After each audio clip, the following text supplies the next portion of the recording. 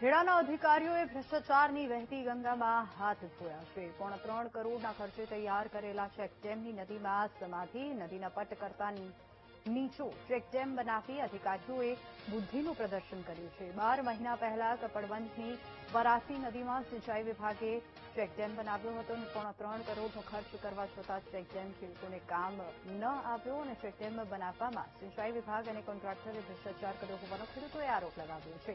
Check dam બનાવનારા contractor વિરુદ્ધ કાર્યવાહી કરવાની પણ માંગ કરી। જે ચેકડેમ બન્યો છે એમાં ખેડૂતને ફાયદો કશો થયો નહીં, પાણીનો સંગ્રહ થતો નથી। કોન્ટ્રાક્ટરની બેદરકારીના કારણે પૈસા સરકારના ખોટા વેડફાઈ ગયા। એના પછી કાયદેસરની કાર્યવાહી કરવી જોઈએ કોન્ટ્રાક્ટર ઉપર, આજુબાજુના અધિકારીઓ ઉપર, તો ખેડૂતને લાભ થવો જોઈએ, લાભ થયો નહીં। ક્યારે બને? લગભગ બને ચેકડેમ 12 મહિના જેવું થઈ ગયું, 12 મહિના ઉપર જેવું થઈ ગયું। અસલ પાણી બધું વહી ગયું, એનો કોઈ ફાયદો થયો નહીં। વરાસી નદીમાં ચેકડેમ જે બન્યો છે તેના કરોડો રૂપિયા જે ફાળવીને બનાવ્યો છે તેનાથી ખેડૂતને કોઈ જ લાભ નથી। જે જમીનની અંદર બનાવ્યો છે તેનાથી કઈ રીતે પાણી સંગ્રહ થવાનું છે?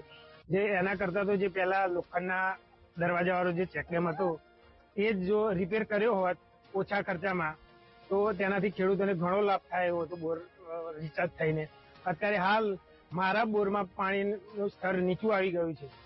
આ લોકોની બેદરકારીને કારણે કોઈ જ લાભ થતો નથી અત્યારે।